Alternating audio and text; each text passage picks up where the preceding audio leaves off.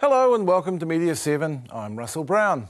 In our first show back in the studio for 2010, we're looking at the scrap for news and current affairs viewers, particularly at 7 o'clock weeknights, and the impact it has on the news we get. And I can tell you right now that Jose Barbosa isn't happy. No, ask him a question. That's not even a question. Oh, I don't care about a garden made of ice. Can't believe that I am watching this. It's scenes like this which are played out every weeknight in homes across the country. But that's not even news. Oh. Chances are you, or someone you know, has been affected by news rage, a sort of violent despair brought on by news items about Paris Hilton and comedy tubes. The main carriers of news rage are Close Up and Campbell Live. Lately, they've been like two dogs scrapping over the fly-blowing carcass that is viewer ratings.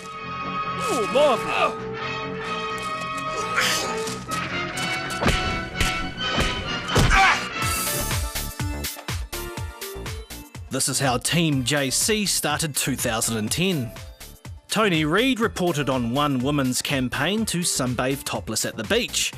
Unfortunately, as Tony pointed out, there really wasn't a story here. Sunbathing topless on beautiful public beaches like this is perfectly acceptable. There's no law against it. Yeah, she wasn't actually contravening via law. And neither does cynical grabs for viewership, apparently. And early this week, the show opened with a story about Cadbury's no longer making cream eggs in New Zealand. Why did they take the yolk away? Recession. Close Up ran a virtually identical story, but managed to trump Campbell Live by interviewing someone from Cadbury, although it wasn't any less cringeworthy. Is that egg on your face, Matthew? I hope not, Mark. Team Womble also appeared to have scored a point when Robin Brooke apologised for indecently assaulting a teenage girl while on holiday in Fiji. It turned into a sort of public flagellation. You were dressed up in women's underwear with tampon earrings. On the same night, Campbell Live had John Key on to discuss an upcoming GST increase in the budget, a story completely ignored by Close Up. But I guess a celebrity apology is more important than a story about an increase in the cost of living. Back on Campbell Live, it all went a bit bung. The Robin Brooke apology turned up as a hastily swiped clip from Close Up, which was a bit like stealing from the poor box. It was followed by a brief interview with the lawyer for the teenage girl, which turned out to be about as illuminating as a candle made from human urine. The victim's family and Mr. Brooke's family, and they met. Both shows have, of course, covered worthy stories, and no one's saying it's an easy task to produce a daily show on a modern-day news budget. But it is distressing, to say the least, to watch two shows trip over each other in the rush to cover expensive car repair bills and sad dog stories. Oh, what some genuine investigative reporting and intelligent journalism. There, brave boy. I can't. Brave boy. I can't.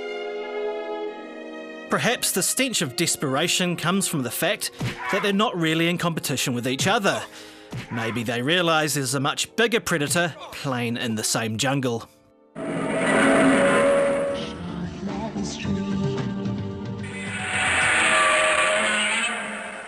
Jose Barbosa there, and no, that wasn't John Campbell and Mark Sainsbury. Joining me now are the Herald on Sunday's Matt Nippert, whose recent report on the 7 o'clock scrap suggested that Campbell Live is under an ultimatum to succeed or perish, Throng.co.nz's Rachel Cunliffe, who keeps an eye on TV for her younger skewing readership, and broadcaster and caring curmudgeon Brian Edwards. Welcome to you all. Now, before we start, I thought it would be useful to make it clear where you all fit in target demographics. So we've done the research on this. Matt, you are 18 to 49, 18 to 39, 25 to 54. So you are desired by TV3, TV2 and TV1. Oh, I'm a triple threat, and I do enjoy being pandered to. Don't get ahead of yourself, because Rachel, you are 18 to 49, household shopper with a child aged 0 to 12. You are gold. Television is made for you. Excellent. And Brian, I'm sorry, but you're far too old and no one's interested in you. But I have 10 grandchildren. Doesn't count. Oh. Sorry. Unless you're particularly generous with the presents you buy for them. Now, Matt, let's get on to that story you wrote on Campbell Live's future, because we both know it ruffled a few feathers. You got a quote from the new guy there, Ian Audsley, to the effect that there was a 95% chance of Campbell Live still being there by the end of the year.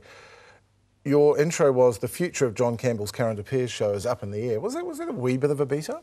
No, I don't think so at all. I mean, for example, I know this TV3 and Mark Jennings has obviously had issues with the story, and so he should. He's there to battle for his team. However, you know, there were behind-the-scenes discussions about, is Campbell Live the best value for money in that slot?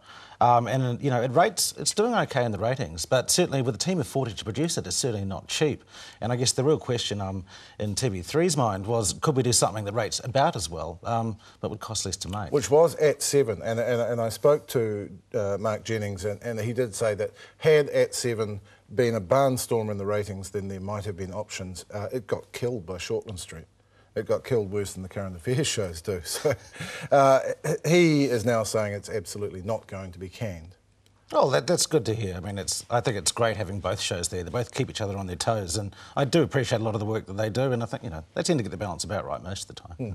Were you perhaps indulging in a little bit of what the current affairs shows themselves do, charging up the story a wee bit? We had them having Audsley, Jennings and Campbell having a secret lunch.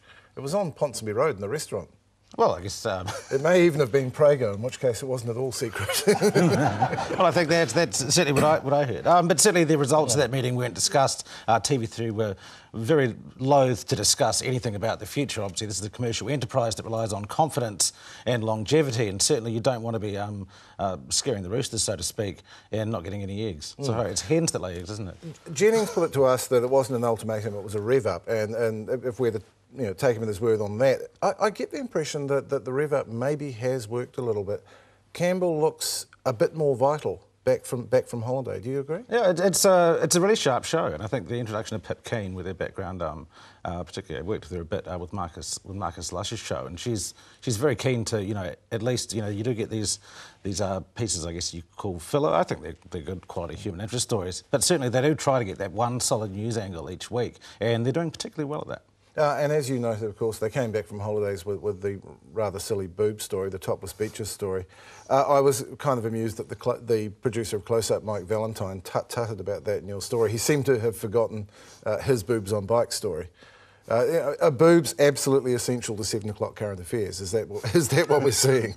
Well, I think page 3 has always been a popular part of The Sun, and I think that really speaks for itself. Yeah. Rachel, when you look at the numbers, they show a real collapse of the news and current affairs audiences in the demographics, you know, the sexy demographics. 5+, which is Brian, they keep on, yeah, they watch current affairs, no one's interested. But in the desirable demographics, those people all take off from the current affairs and go and watch Shortland Street. What do you make of that? You know, we've been having a look at this on Throng recently about news and current affairs, and when we looked at other countries, most countries have their major bulletin just for 30 minutes in the evening. So for us to have a whole hour to sit through when you've got a lot of demands and things on your time, plus with the ubiquitousness of the news these days, I mean, it's coming in, if you're sitting at your desk, it's coming in, you know, you get updates through Twitter, just going through the websites, you're getting news all through the day, and so by the time you get to 6 o'clock, is a whole hour necessary, and then another half hour of current affairs? Or would it be maybe another choice to have a half-hour bulletin followed by the current affairs and maybe stick through with that? Is that news fatigue particularly an issue for your readers who, as I said, skew younger and are more likely to be on the internet all day? Is that what you're getting back from them? Definitely. I think people find that they're getting a lot of the news anyways throughout the day, and they just want to get the quick catch-up, and they want to feel like they're hearing a bit about their society at the end of the day and doing their part. And then the current affairs is another whole half-hour commitment. And by that time, you're kind of wanting to relax, and the only light entertainment on at that time is Shortland Street. There's no real alternative for people. Which makes you wonder, Brian, why those shows are there then. If they're scrapping for the crumbs from Shortland Street's table, could they not go somewhere else? Well, I think the first thing is that these are not current affairs programmes, at least not as I understood current affairs programmes overseas and in all those long years ago, as you've just told me when I was doing this myself. These are not current affairs programmes. These are magazine programmes. They're mostly human interest programmes. And I have to say in their defence that there's quite a lot of good entertaining material in these programmes. They're quite fun to watch. I agree with Matt. I think the mix is often quite good. But they're certainly not current affairs programs. Q&A is a current affairs program, I suppose. And to some extent, the longer documentary-style programs like 2020 and 60 Minutes, they do have a current affairs element. But even there, the items are only 12 minutes long. So I think you have to judge these programs not as current affairs programs because they aren't. And you have to accept that they are there, that their job is to increase the ratings for each program as much as they can. What's now become a cliche is to say they're there to sell audiences to advertisers. So is this in some sense, I mean, there was quite a flap over John Key being dropped for the Robin Brooke apology, which seemed to go on and on and on. Yeah. Is there some sense in which this is what John Key asked for when he scrapped the charter? Well, that's probably right. I mean, if I'd been a producer of Close Up, I would have done what they did. I would have put Mr. Brooke on there. I mean, what have you got? An all-black? You've got manhandling a teenager, you've got sex, you've got an apology, you've also got an exclusive. That's a sexy story you've got there. And I would have put it on, absolutely, definitely, because that's what my masters want me to do. They want me to attract as many viewers as possible. And this, exactly the same thing is happening on Campbell Live. So, I mean, that really is a difficulty for the producers of these programs, that is their brief, to do that, to increase the audience. Do you agree with that, Matt? I don't think it's just, pandering to your bosses. The Brooks theory was fantastic, and don't think for a minute that John Campbell and Pip Keane wouldn't have given up their firstborns to get that story. I agree with that. They liked that story so much, they indeed took it themselves. I mean, we at the Herald on Sunday, we put Robin Brooke on the cover 4 weeks in a row. I mean, it was a story that people were interested in. I know it's not, traditional current affairs, but and this was, the climax of the story, so to speak, and it was all there, 18 minutes, and it's also a testament to the power of the shows that Brooke chose to come on at 7 and, had the opportunity to talk things through a bit. Well, can I tell you why I absolutely agree with you? Because I've got My Sky, and this is an interesting ingredient in this whole debate, which means we can all now record both programmes, which I did. But the one I watched first was the Robin Brooke story, because that was a human interest story, and that was something I wanted to watch. The other story was obviously very important because it concerned the money that was going into our pockets. So you had an interesting situation that night, where both programmes had big draw card items. And if you've got My Sky, you can watch both. And they actually both did quite well that night. They both did quite well. But I have to say, Brian, back in history when you were doing nightly current affairs show, prehistory, I can't imagine that a major political story like the Prime Minister signalling a rise in GST would not have been the lead item. Well, you would probably have devoted the entire half hour to that programme. And Gallery, which is a programme you probably don't remember that, it's so long ago, that was the highest rating programme in the country. Now, I've got to say, there was only one channel. But within that one channel, that was still the highest rating programme. And the interesting thing is, I think New Zealanders have an appetite for news. They have an appetite for information, which is obviously not being satisfied. But do they really have an appetite for half an hour of tax policy? Well, if it affects your pocket, which is what I said, I think they probably do. But it was all over the news the hour before. Yeah, but it's not the same thing. I mean, I guess what you're going to imagine is that the Prime Minister is going to be cross-examined on this and held to account. I don't particularly think that's what happened, but that's what you imagine will happen. And so that has a real interest, I think. I mean, you did the figures. Campbell Live did pretty well, didn't they? Relatively, they did better that night than they were doing on average. Close Up had above average, but it wasn't by any means their biggest episode of the year. Funnily enough, their biggest episode at the time to date was actually the night of the power crisis. I think the reason... Where they did pretty well, I thought. They did very well, but the Close Up didn't actually cover it at all. On the other hand, Campbell Live was all over the power cut, had average ratings, and yet were praised in the media for doing such a good job of covering the story. So when we've been looking at it, we've been thinking, gosh, is there any correlation between what actually they're talking about and the ratings? Where there is a correlation is there's a soap after the news, which has a huge impact on the current affairs shows, and there's one before the news, which does extremely well for 3 News, Home and Away. Explain Home and Away to me. It seems like a dreadful, wooden, boring soap. Why? It's escapism. It's, you're out at the beach, you're with surfers, there's a lot of young teen romances. The teenagers love it, and I think with a larger core cast that they've got, they can do a lot more things, whereas Shortland Street has only a couple of teenagers, where you can have sort of half a dozen teenagers and a few more combinations of relationships for them to explore. I think there's something else people forget here, and that is that what you might call the entertainment brief that the channels have starts at 6 o'clock, actually. The news now, since 1989, when TV3 came along, has got to be an entertainment show. And if it fails in that, then it's considered to have failed, which is why the items are so short. Well, hold that thought, because we'll take a break and okay. come back to that, because I think the effects of competition are pretty interesting. So we will be back after the break with more on the current affairs shows and a look at using the news to sell condoms.